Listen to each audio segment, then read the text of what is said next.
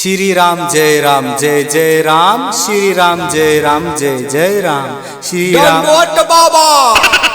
हेरो तू बाबा के दंडोत करे छी कि टांग में बिठुआ कटे छी? गौ बाबा हमरो बना दे बाबाजी, हमहू नाक से लका मुड़ी तलक तिलक लगेबै, हमहू रावण जखा मोछ दाढ़ी पालबै बाबा गो, हमरा चला बना ले, खैनी लगा लगा के देबो। हेरो तोहर बोह जे बुझ लेतौ ने तो हमर मोछे में लटक जते।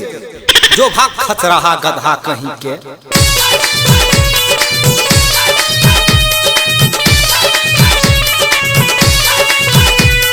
श्री राम जय जय राम, श्री राम जय जय राम।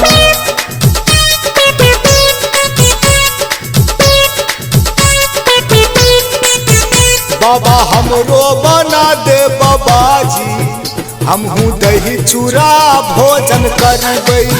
बाबा हमरो बना दे बाबाजी, हमहू भगवान के सेवा करबै। रो फेकुआ तोरा ने बनेबो, हम चला तोहर घरवाली हमर मुछ में लटक जेते। ओ बाबा हमरो बना दे बाबाजी, हमहू दही चूड़ा भोजन करबे।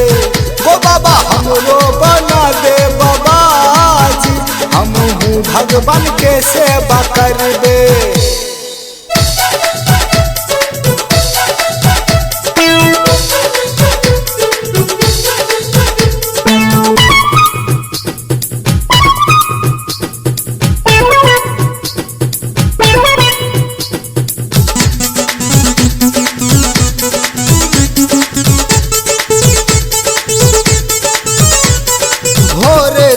छुट के माछ मार जाई छी, तावा में तरबूज के खाई छी।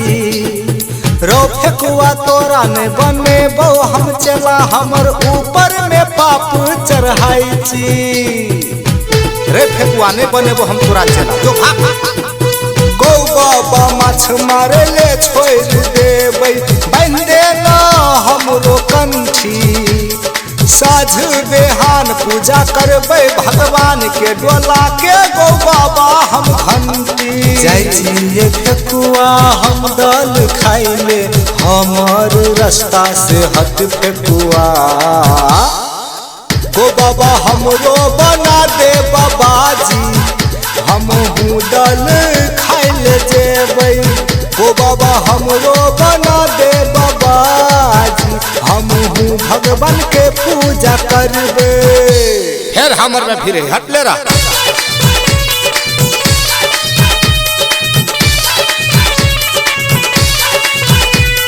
श्री राम जय जय राम, श्री राम जय जय राम।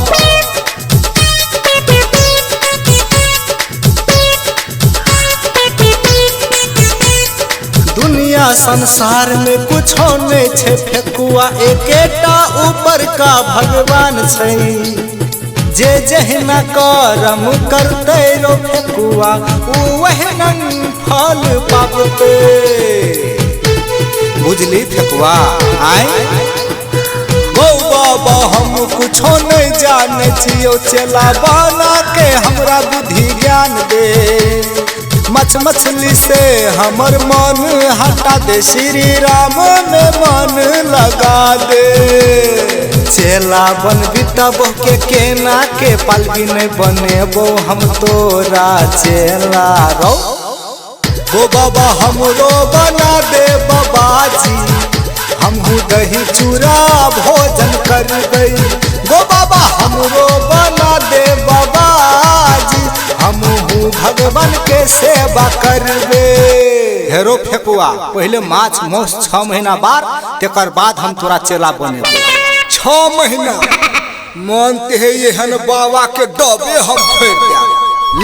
अरे बाप रे बाप, हयो जुलुम कर दलके हो, हयो लोग सब दौड़ा हो। फेकुआ हमर डबा फेर के भाग गेले हो। रे फेकुआ रे डबा हमर लग दे किन के रे। हयो आब कथी में हम पानी पीबे हो? हे भगवान श्री राम, हे भगवान।